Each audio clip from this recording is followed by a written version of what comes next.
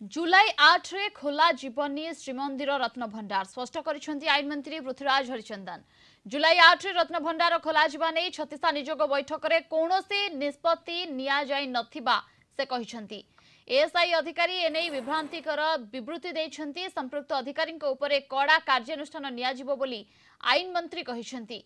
छत्तीसा नियोग बैठक पर एएसआई सुपरिटेंडेंट कहिथिले जुलाई 8 रे खोलिबो श्रीमंदिर रत्नभंडार।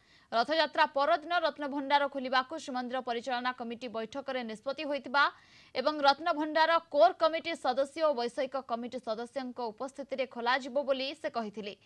एहा परे आईन मंत्री कहिसेंती रत्नभंडार खोलिबा नै कोनोसी निष्पत्ति होइनी।